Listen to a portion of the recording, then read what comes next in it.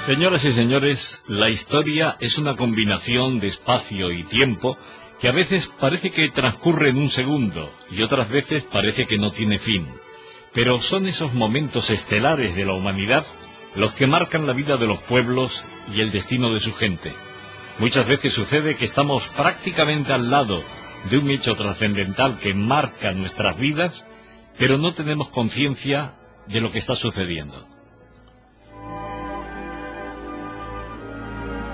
Y les voy a poner un ejemplo. Nos encontramos a lo mejor a poco más de 100 kilómetros de distancia de Santa Cruz de Tenerife. Imagínense un día de verano del año 1797, cuando a esa distancia una poderosa flota británica al mando del almirante Nelson intenta desembarcar y apoderarse de Santa Cruz de Tenerife. Bajo el fuego de los cañones, la poderosa arboladura de las naves impone una imagen de la que solo tenemos referencia a través del cine. Pero alguien estaba allí para contarlo. No estuvo físicamente, pero sí vivió la batalla en las páginas de la historia y su imaginación puso lo demás. Y lo demás se llama Bronce.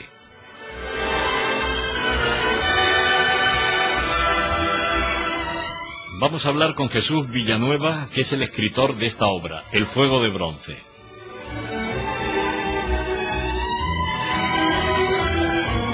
Hola, buenas tardes, Jesús.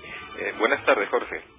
Bueno, estamos ya en el comienzo de la llegada de las naves de Nelson a las costas de Tenerife, ¿no? Sí, efectivamente. Aquí, el día 22 de julio de 1797,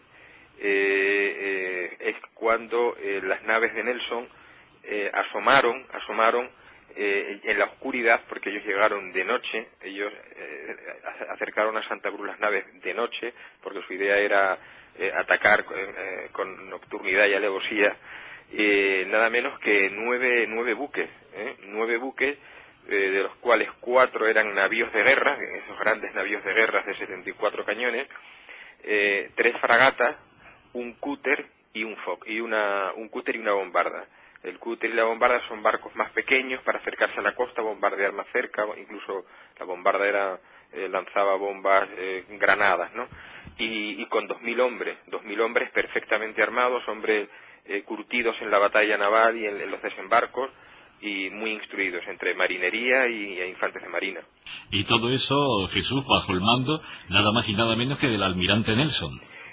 Efectivamente, bajo el mando en aquel momento, contraalmirante Nelson. Aún no era almirante, era contraalmirante, que además venía eufórico porque hacía poco, precisamente el 14 de febrero de 1797, había vencido una importante batalla naval en el Cabo de San Vicente. Había vencido a una escuadra española que en aquel momento se tuvo que refugiar en la bahía de Cádiz. Y precisamente la intervención de Nelson fue fundamental para aquella victoria.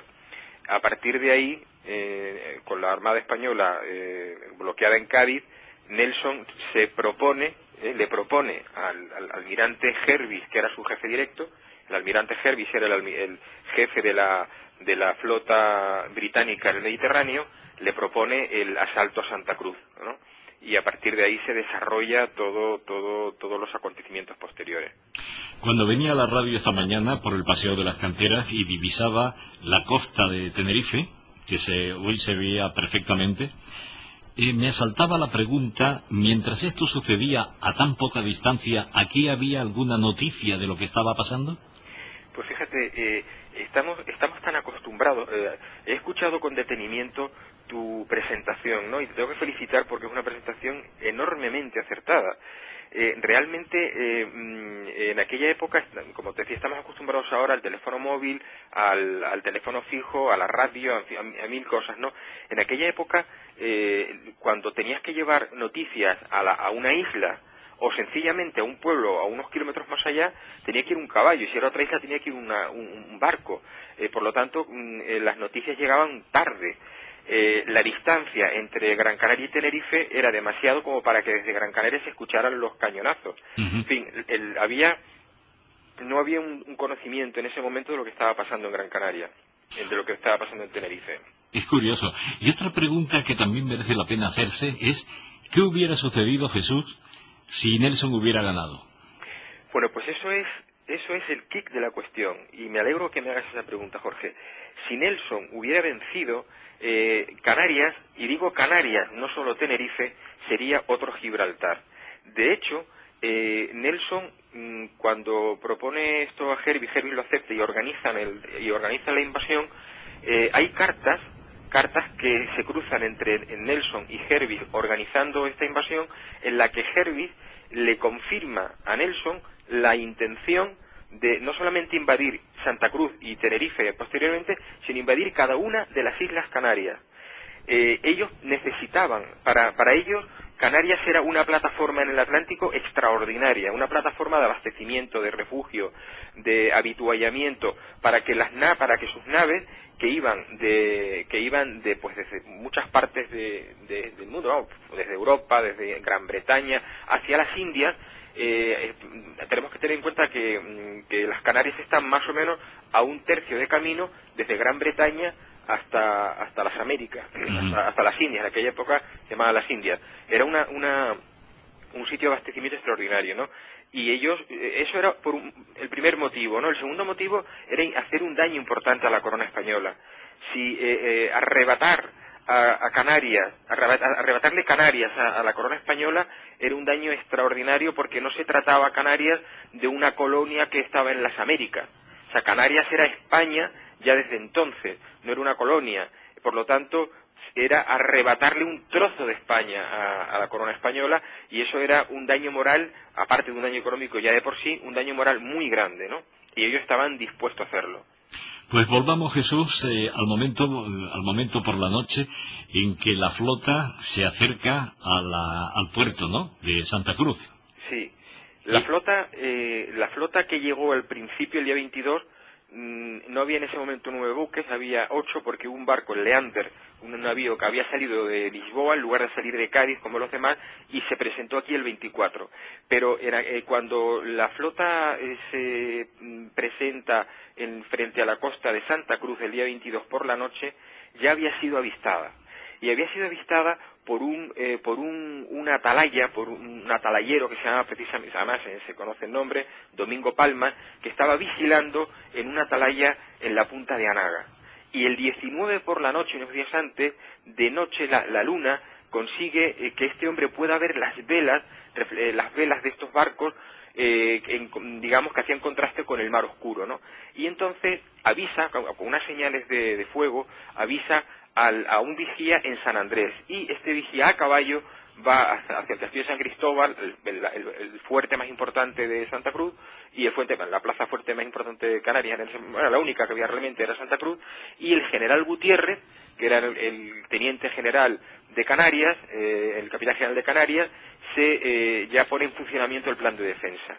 Entonces, cuando ya los británicos se presentan el día 22, ya se les estaba esperando.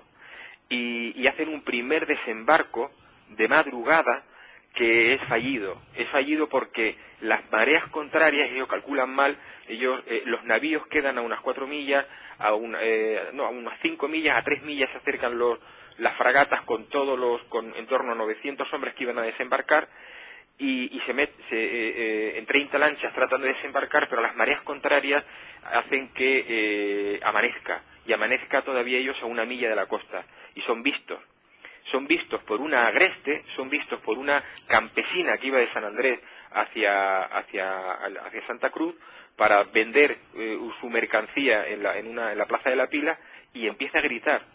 Entonces los vigías del castillo de Paso Alto lo ven, y a partir de ahí la sorpresa totalmente se desmantela, ¿no? Se desmantela, sí. Es curioso, Jesús, cómo es la historia, porque a medida que me estás relatando la aproximación de los barcos y el hombre que en la cordillera de Anaga los divisa y da la primera voz de alarma, ¿sabes que me estaba acordando, aunque no tiene nada que ver ni en el medio, ni en el tiempo, ni en el lugar histórico, me estaba acordando de Pearl Harbor? Bueno, pues sí, hombre, realmente, efectivamente, lo que pasó en Pearl Harbor es lo que querían hacer los ingleses aquí, pero con una diferencia.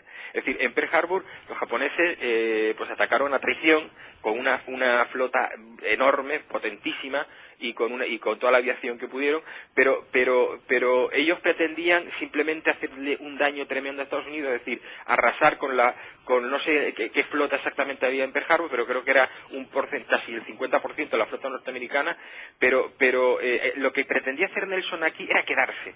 Lo que pretendía era invadir. No, claro, en ese sentido totalmente distinto, y imagínate, ¿no?, en el transcurso del tiempo y en los medios y en todo. Pero la traición era la misma. Pero la traición, y sobre todo esa persona que de repente ve una gran flota, o esa otra persona que veía pasar un montón de aviones, y decía, qué raro, ¿no? Sí.